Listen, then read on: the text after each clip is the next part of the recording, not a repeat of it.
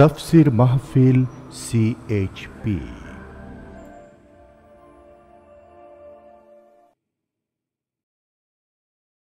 বিসমিল্লাহির রহমানির রহিম। তাফসীরুল কোরআন মাহফিল চট্টগ্রাম ২০০৪ ৫ দিনব্যাপী ঐতিহাসিক তাফসীরুল কোরআন মাহফিলের দ্বিতীয় দিনে এখন মূল্যবান বক্তব্য রাখছেন বিশ্বনন্দিত মুফাসসিরে কোরআন, কোরআনের পাখি আল্লামা দিলওয়ার হোসেন সাঈদী। শব্দধারণ মাহাসিন সাউন্ড সিস্টেম। প্রযোজনায় CHP। শুধু তাফসীর মাহফিল CHP চ্যানেলে আল্লামা সাঈদীর মূল্যবান আলোচনা এখন দেখতে পাবেন। তাফসীর মাহফিল চট্টগ্রাম ২০০৪ দ্বিতীয় দিনের তৃতীয় পর্ব। বিষয় কোরআন আল্লাহর বড় নিয়ামত। এই কোরআন কোনো গতানুগতিক কিতাব নয়। এর মধ্যে রয়েছে ইতিহাস, রয়েছে বিজ্ঞান। আল্লাহ পাক বলছেন আর রহমান আল্লামাল কোরআন, তিনি দয়াবান। তার এত দয়া যে তিনি কোরআনের মতো একখানা কিতাব আমাদের দিয়েছেন। সুবহানাল্লাহ। গতকালকে বলছিলাম না, কি বলছিলাম? মাথা তো ঝুলেলেন। গতকাল বলেছিলাম, অনেক কথার মধ্যে এটা বলেছিলাম আল্লাহর কথা।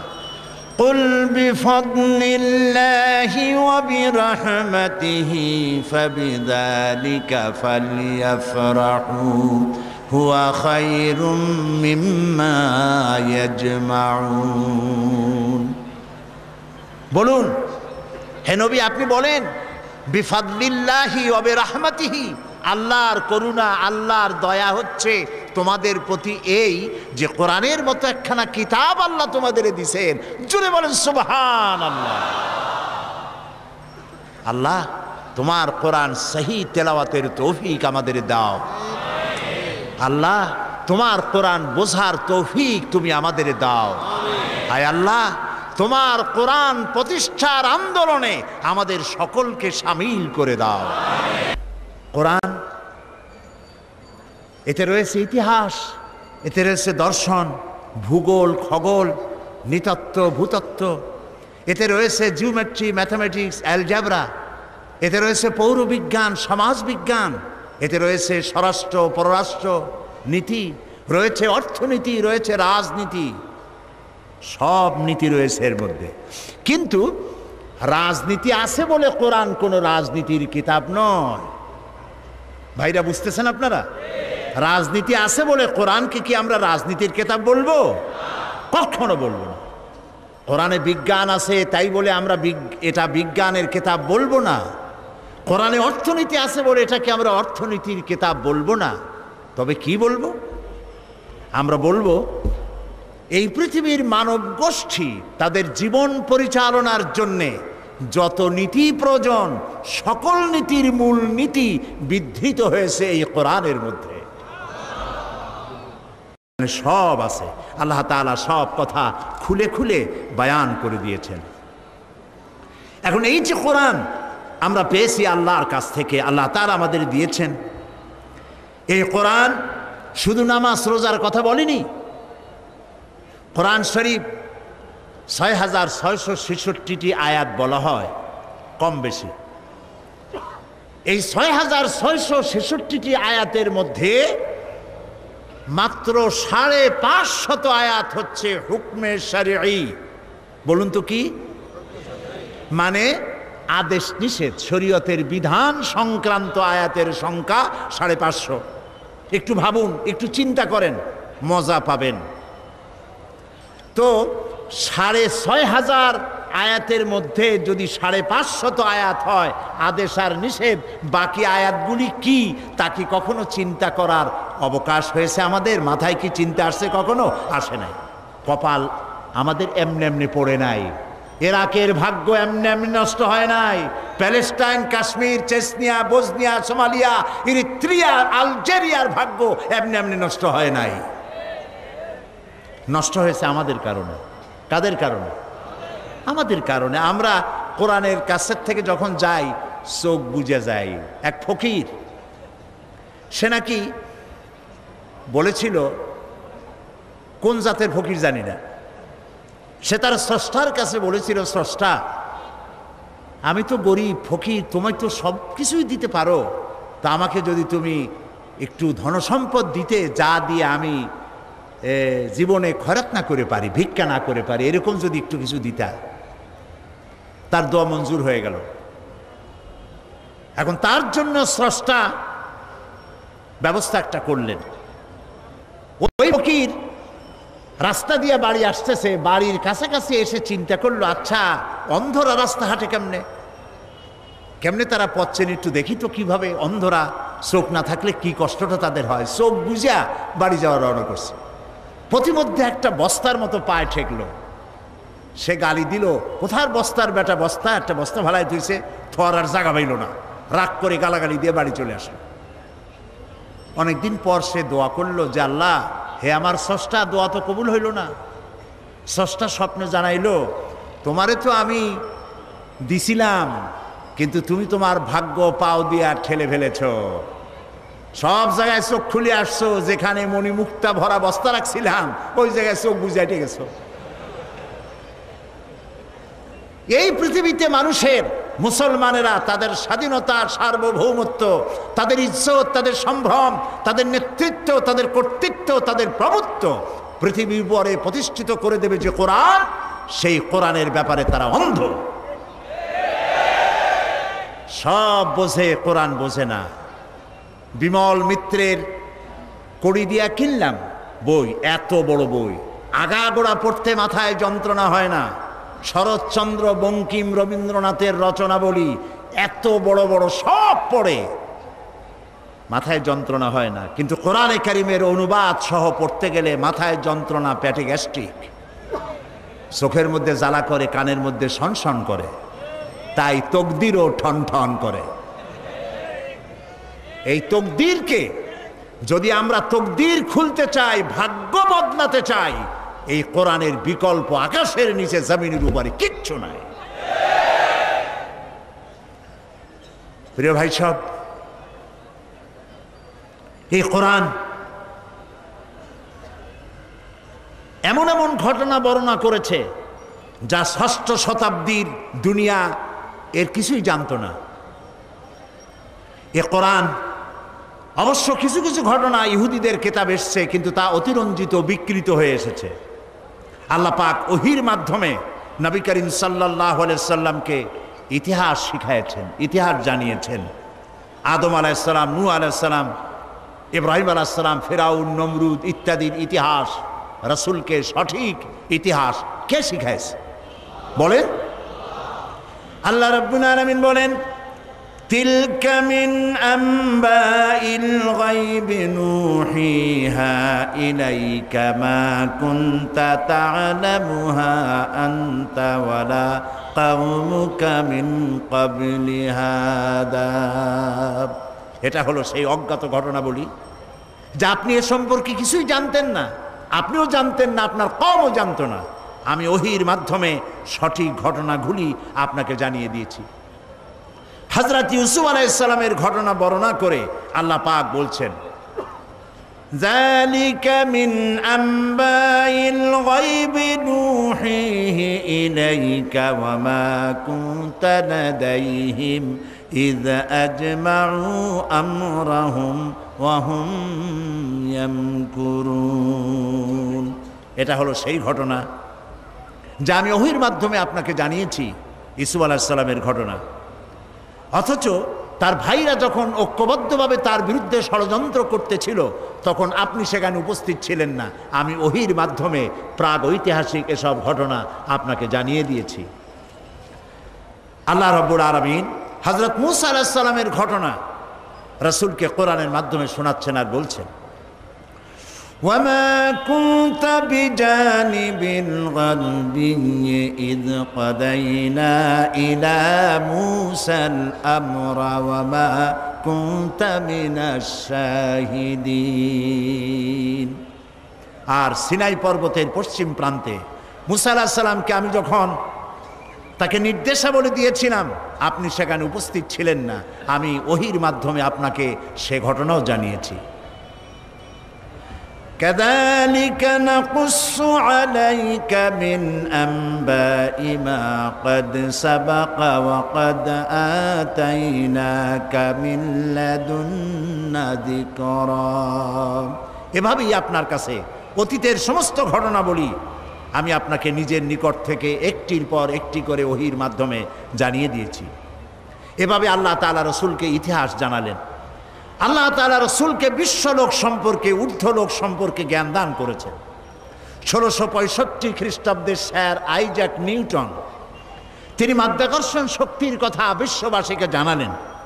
কিন্তু আশ্চর্যের কথা যে নবী করিম সাল্লাল্লাহু আলাইহি ওয়াসাল্লাম কখনো কোনো সায়েন্স ল্যাবরেটরিতে কোনো গবেষণা করেননি, কোনো একাডেমিক কোয়ালিফিকেশন গ্রহণ করেননি, লিখতে জানেন না, পড়তে জানেন না। স্যার আইজ্যাক নিউটন যে তথ্য তিনি দিলেন 1665 খ্রিস্টাব্দে, আজ থেকে 1500 বছর পূর্বে এক নিরক্ষর উম্মি নবীর মুখ থেকে আল্লাহ রাব্বুল আলামিন সেই মাধ্যাকর্ষণ শক্তির কথা কোরআন শরীফে আল্লাহ উল্লেখ করে দিয়েছেন। আল্লাহ রাব্বুল আলামিন বলেন, ইন্নাল্লাহা ইউমসিকুস সামাওয়াতি ওয়াল আরদা আন তাজুলা। নিশ্চয়ই আল্লাহ নবমণ্ডল এবং ভূমণ্ডলকে এমনভাবে ধারণ করে রেখেছেন যে এটা পরস্পর থেকে বিচ্ছিন্ন হতে পারে না। এর মধ্যেই ইঙ্গিত রয়েছে যে প্রত্যেকটি গ্রহের আলাদা আলাদা ল অফ গ্র্যাভিটেশন, মাধ্যাকর্ষণ শক্তি রয়েছে। সুবহানাল্লাহ বলুন। আমি ব্ল্যাক হোলের কথা আপনাদেরকে গত বছর না কবে শুনিয়েছিলাম। এই ব্ল্যাক হোলের কথা, অন্ধকূপের কথা আজ বিজ্ঞানীরা বলছেন। মহাশূন্যের ভিতরে রয়েছে ব্ল্যাক হোল। ব্ল্যাক হোলটা কি, একথা আমি আপনাদের সামনে আলোচনা করেছিলাম যে সূর্য হচ্ছে পৃথিবীর চাইতে 13 লক্ষ গুণ বড়, আর গ্যালাক্সির ভিতরে, ছায়াপথের ভেতরে, মিল্কি ওয়ের ভেতরে রয়েছে অসংখ্য তারকা এমন, যার এক একটি তারকা যে সূর্য পৃথিবীর চাইতে 13 লক্ষ গুণ বড়, এরকম 2.5 থেকে 3 কোটি সূর্য খাইয়া হজম করতে পারে এমন হাজার হাজার তারকা আল্লাহ তাআলা মহাশূন্যে রেখে দিয়েছেন। বিজ্ঞানীরা মনে করেছিল এইটাই সব থেকে বড়, মহাশূন্যের থেকে বড় আর কিছু নাই। পরবর্তী সময় বিজ্ঞানীরা দেখলো যে না, ওর থেকেও বড় জিনিস আছে। সেটা কি? সেটা হলো ব্ল্যাক হোল, অন্ধকূপ।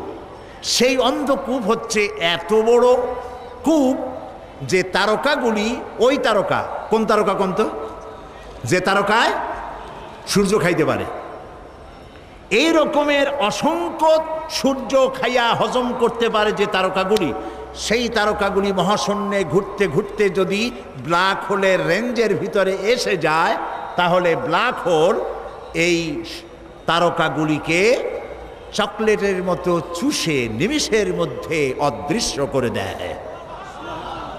এই কথা বিজ্ঞান বলল কবে? এই মাত্র কদিন আগে। আল্লাহ রাব্বুল আলামিন এই ধারণা আজ থেকে 1500 বছর আগে নবীজির কাছে ব্ল্যাক হোলের ধারণা দিয়ে রেখেছেন। আল্লাহ তাআলা বলছেন, ফালা উকসিমু বিমাওয়াকিন নুজুম, শপথ সেই পতিত স্থানের যেখানে তারকাসমূহ নিপতিত হয়।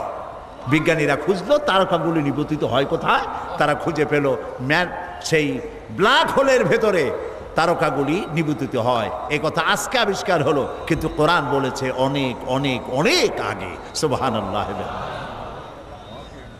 প্রিয় ভাই সব, মানুষ এই যে চন্দ্র, সূর্য, সৌরজগৎ সম্পর্কে এর গতিশীল, সবকিছুই যে গতিশীল, কোপারনিকাস, কেপলার, গ্যালিলিও, নিউটন, এসব বিজ্ঞানীদের জানার বহু পূর্বে ইসলাম, কোরআন মানুষকে তা জানিয়ে দিয়েছে। এই পৃথিবীর সবকিছুই গতিশীল, এ সম্পর্কে মানুষের বিভিন্ন ধারণা ছিল। কেউ বলেছে চন্দ্র ঘোরে, কেউ কয় সূর্য ঘোরে, কেউ কয় কিছুই ঘোরে না, কেউ কয় সম্ভবত আমরাও ঘুরি। কিন্তু মূল কথাটা কি, ঘোরে কে, এ বিষয়ে ফাইনাল সিদ্ধান্ত কে দিতে পারবেন বলেন তো সবাই? আল্লাহ রাব্বুল আলামিন দুনিয়াবাসীকে আজ থেকে ১৫০০ বছর আগে সব কিছুই যে গতিশীল সে সম্পর্কে আল্লাহ পাক জানায় দিলেন, লাশ-শামসু ইয়ানবাগি লাহা আন তুদরিকাল কমারা ওয়ালাল লাইলু সাবিকুন নাহার ওয়া কুল্লুন ফি ফালাকি ইয়াসবাহুন। প্রবল জ্ঞানী হইবে যাহারা, আপন মনেতে বুঝিবে তাহারা, রাত্রি পারে না আগে যাইবার, দিনের স্থান করি অধিকার। চন্দ্র বাঁধে না সূর্যের গায়েতে, সূর্য পারে না চন্দ্রকে ধরিতে, যার যে স্থান বহাল রাখিয়া ভ্রমণ করিছে খোদাকে ডরিয়া।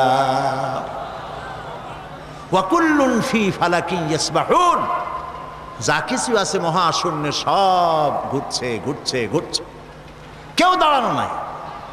পৃথিবী ঘোরে, চন্দ্র ঘোরে, সূর্য ঘোরে, সব ঘুরছে। এই তথ্য আল্লাহ তাআলা দিয়েছেন। বিজ্ঞানের অনেক থিওরির ভিতরে এটিও একটি থিওরি যে বিজ্ঞানের কোনো থিওরি ফাইনাল নয়। আজকে এক বিজ্ঞানী এক কথা বললো, কালকে আরেকজন এসে থাপ্পড় মেরে তারটা উড়াই দিয়ে নিজেরটা এস্টাবলিশ করতো, ঠিক না? কিন্তু কোরআন শরীফের ব্যাপারে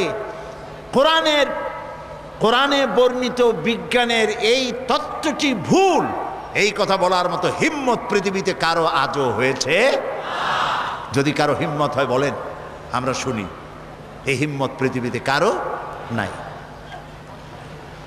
এ কোরআন মানুষের সৃষ্টি নৈপুণ্যতার কথা বলেছে, কিভাবে মানুষ সৃষ্টি হয়েছে এ ধারণা দিয়েছে কোরআন। এ ধারণা দিতে গিয়ে দার্শনিকরা ভুল করেছে। মার্কস বলেছেন মানুষ পেট সর্বস্ব, ফ্রয়েড বলেছেন মানুষ সেক্স সর্বস্ব, ডারউইন বলেছে মানুষ মানুষই না, মানুষ বান্দরের গোষ্ঠী।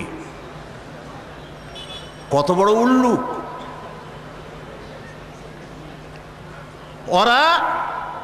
ওদের মাতামহ বান্দর, ওদের পিতামহ ভাল্লুক, এগুলি বলে তারা তৃপ্তি পেতে পারে, কিন্তু মুসলমানদের এতে কোনো তৃপ্তি নাই। মুসলমানের তৃপ্তি কোথায় এবং মানুষের উৎপত্তি কোথায়, অরিজিন কোথায়, তা বলতে পারবেন কে? ডারউইনের 14 গোষ্ঠীও বলতে পারবে না। কে পারবে? কেবলমাত্র সে আল্লাহ রাব্বুল আলামিন কোরআনের মধ্যে ধারণা দিয়ে দিয়েছেন তোমাদের উৎপত্তি কোত্থেকে, তোমাদের দাদা নানা বান্দর না। কেউ যদি বলে আমার নানা বান্দর, আমার দাদা উল্লুক, এই সব কথা বলার মধ্যে কোনো কৃতিত্ব আছে? কোনো মজা আছে? কোনো মর্যাদা আছে? আল্লাহ তাআলা শিখিয়ে দিয়েছেন আমরা আদম থেকে, আমরা বান্দর থেকে না, আমরা আদম থেকে, আর আদম মাটি থেকে। সুবহানাল্লাহ বলেন, সুবহানাল্লাহ। প্রিয় ভাই সব, কোরআন এসব কথায় বৈজ্ঞানিক তত্ত্বগুলি আল্লাহ তাআলা কোরআনের মধ্যে স্পষ্ট করে মানব গোষ্ঠীকে জানিয়ে দিয়েছে।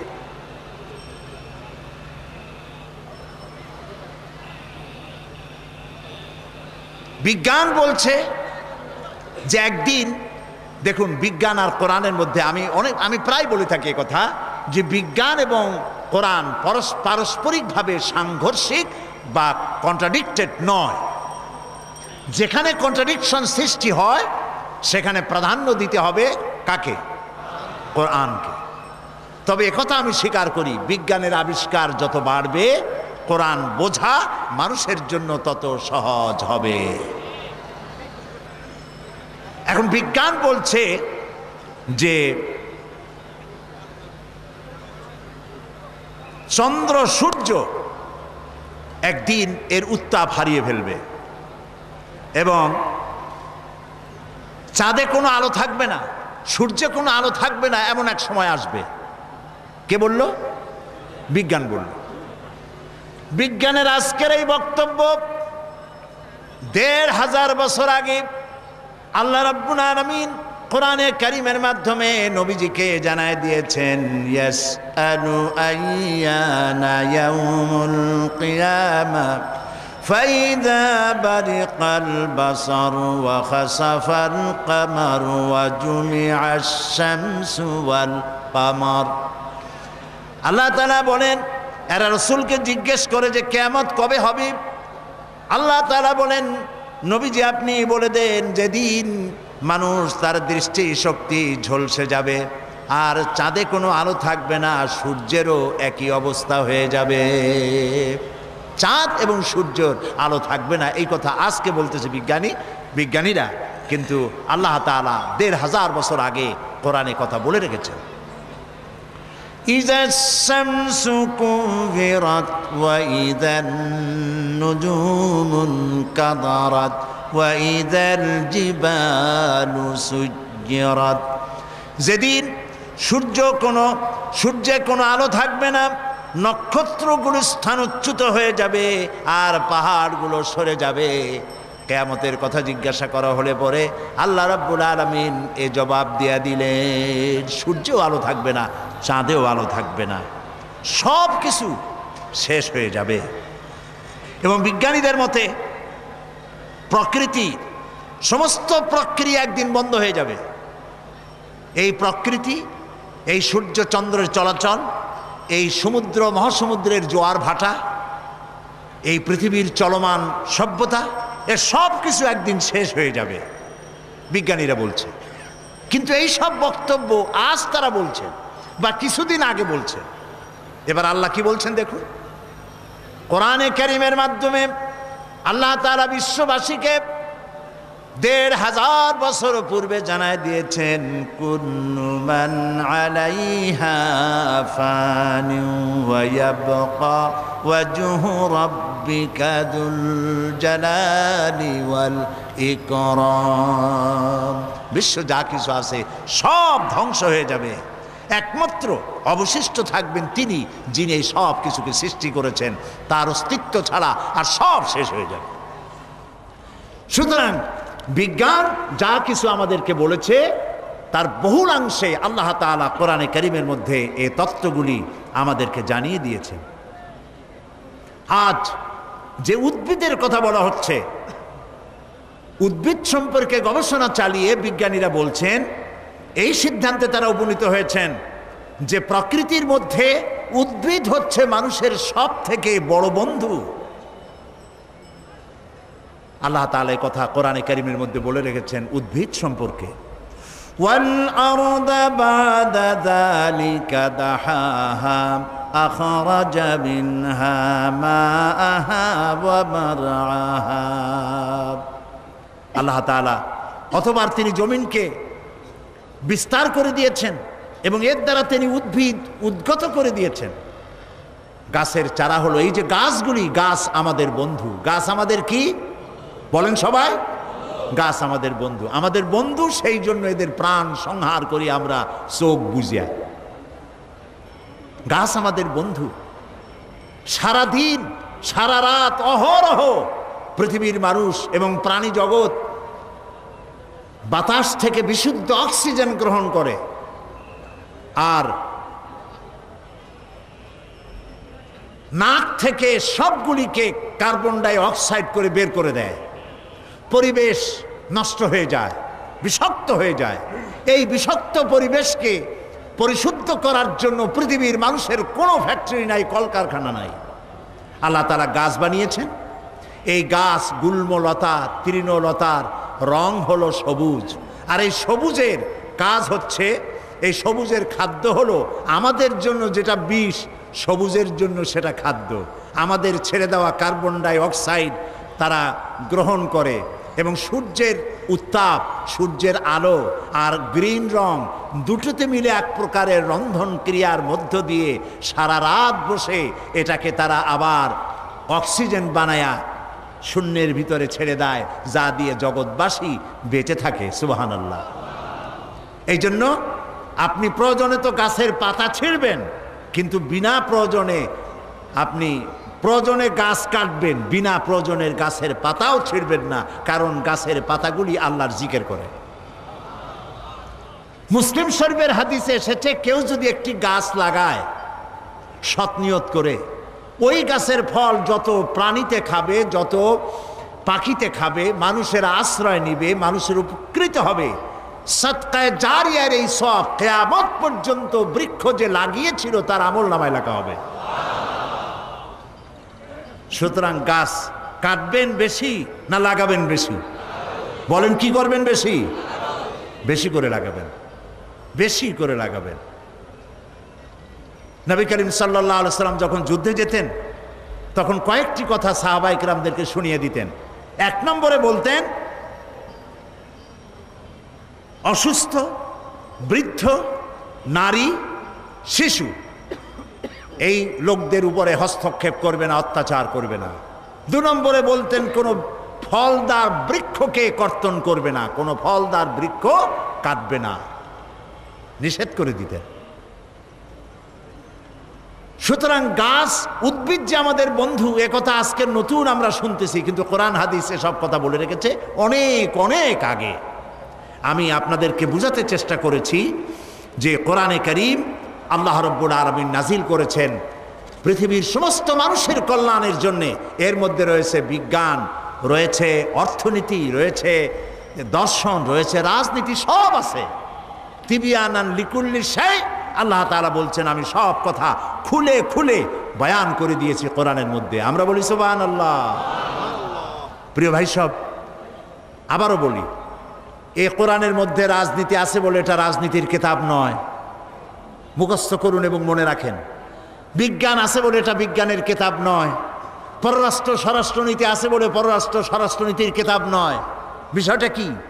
বিষয়টা হচ্ছে আমার জীবন, আপনার জীবন, আমার ব্যক্তি, আপনার ব্যক্তি, পরিবার, সমাজ, রাষ্ট্র তথা বিশ্বকে পরিচালনা করার জন্য যত নীতিমালা প্রয়োজন, সমস্ত নীতিমালার মূল নীতি যে কিতাবে লেখা হয়েছে সেই কিতাবের নাম বলেন সুবহানাল্লাহ।